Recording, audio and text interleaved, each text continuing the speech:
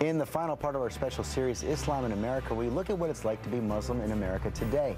Bianca Golodriga went undercover to find out how people respond to women wearing the traditional Muslim headscarf, and she joins us now. And this was definitely a first for you. Yeah, it was quite an eye-opening experience, George. Good morning. The Council of American-Islamic Relations has noted a spike in hostility towards Muslims, including bomb threats at mosques, physical threats on Muslims themselves, even an advertising campaign telling Muslims to change their religion. So I wanted to find out what it felt like to be a Muslim in America, and I talked to American women who are doing just that. I donned the hijab myself. I think hijab is the one thing that makes it a little different, makes a Muslim different from a non-Muslim woman. A hijab is a headscarf that many Muslim women wear in public, a symbol of their faith, visible to all. Do you notice people looking at you? I'm randomly checked at a specific airport. I just stand aside because I know I'm going to get randomly checked. And then when I go in the room, I see 5 other Muslim women. I say Assalamu alaikum and do the regular, procedures. Definitely things changed a lot after 9/11. I mean, before 9/11, you weren't called a terrorist. It was after 9/11 that people would just stop to let you know that you're a terrorist. Or they would call you like Osama's wife or something like that. And then recently, things, I would say, have been very similarly hostile.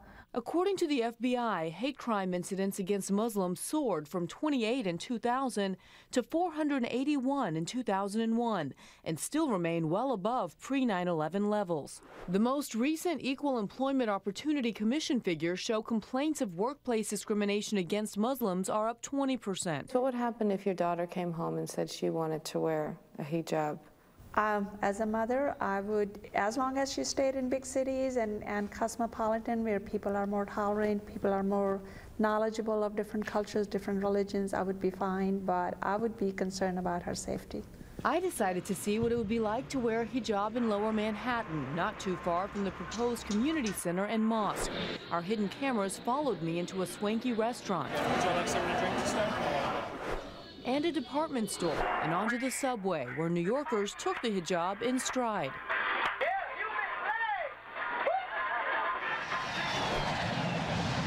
But it was different in my hometown of Houston.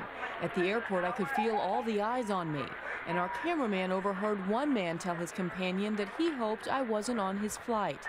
In a nearby mall, I wanted to see what would happen if I wore a more striking version of Islamic dress, which covers everything but the eyes and is less common here in the States. The stares increased, and so did the comments. It sounded like he said Islamic Queen. I couldn't tell if he meant it in a friendly way or not. Finally, we went to Orleans County in western New York, where 5 teens were arrested after allegedly harassing Muslims outside this mosque. Our producer went to a gas station, a supermarket, and a hardware store. Everywhere, people went out of their way to be friendly. You're welcome. You have a great day. Did you find everything okay? Our 3-day experiment reflects what these women report. Overt discrimination is the exception. There are a few that will be hostile, that, whether you're in the grocery store or driving on the highway, someone's going to cut you off and say something about being a terrorist. There are those rare few people out there, but I don't think the majority is like that.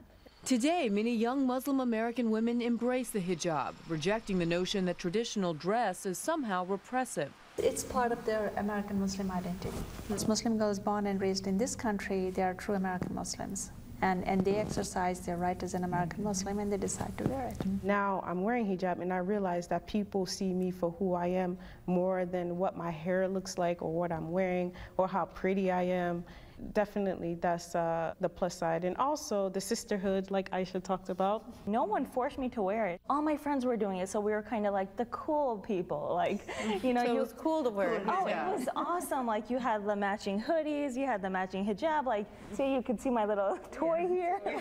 Like, you can play around with it. And accessorize it up. Yeah, like you could have a lot of fun with it. Hijabis, they're very wild, but people just don't see it at our parties. Special. Yeah. Some believe this generation is paving the way forward for all Americans. They're really helping not only Muslim girls, but they're also helping Americans to learn about Islam and making other people see them the way they are. And, it's part of maturity of a nation. They have educated the masses of the nation.